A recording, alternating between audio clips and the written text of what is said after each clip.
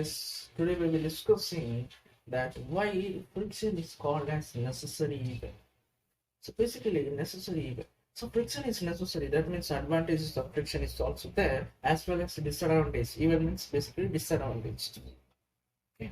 So we'll be discussing one by one what are the advantages and what are the disadvantages of friction. We'll take up with the first one, advantages. Okay, that is one necessary. Why friction is necessary? You can observe that we walk on the surface. That surface. Why? Because why we can walk smoothly, or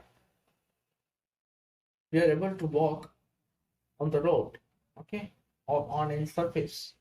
So basically, you walk on the it allows us to walk on the surface or earth surface, we can say, because friction is there.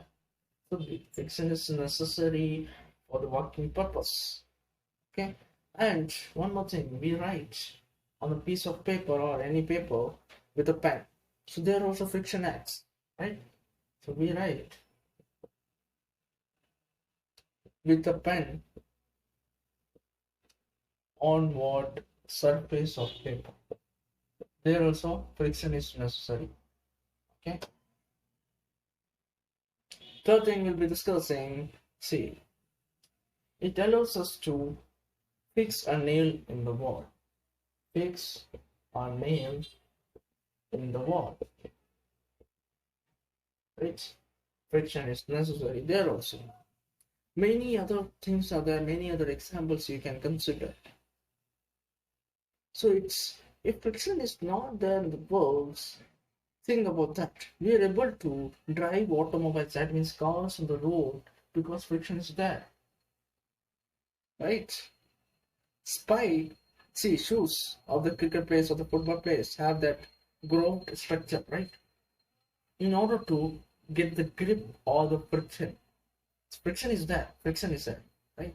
So in order to, for constructing any buildings, friction is necessary, right? Constructing any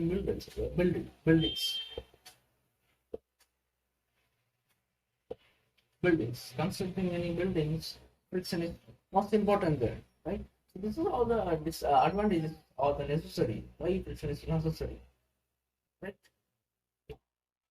Next thing we'll be discussing why friction is called as evil also, or the disadvantages. You can see friction produces heat, right? When two surfaces comes in contact, okay, produces a little bit of heat, right?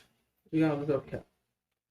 So basically, first thing will be discussed that more force is required to drive. More force is required to drive. Now, why more force is required to drive? See, so observe that you're driving a bicycle on the road, right? Friction is opposing you. So we have to apply more force in order to go in a high speed, right? In order to drive faster, we have to apply more speed. This is one of the disadvantages. And wear and tear of materials.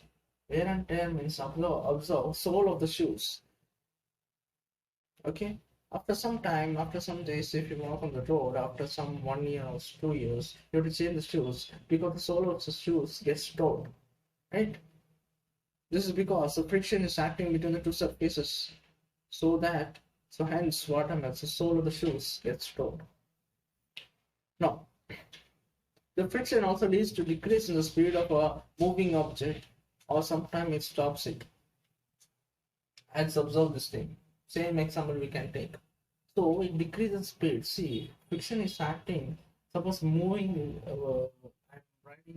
I'm driving a car in this direction. So force of friction will be in this direction.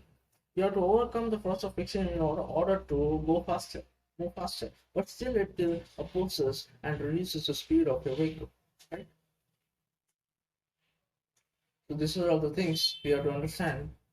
Okay, so necessary. And energy waste is there. As I have said, that heat, it really produces what? Heat.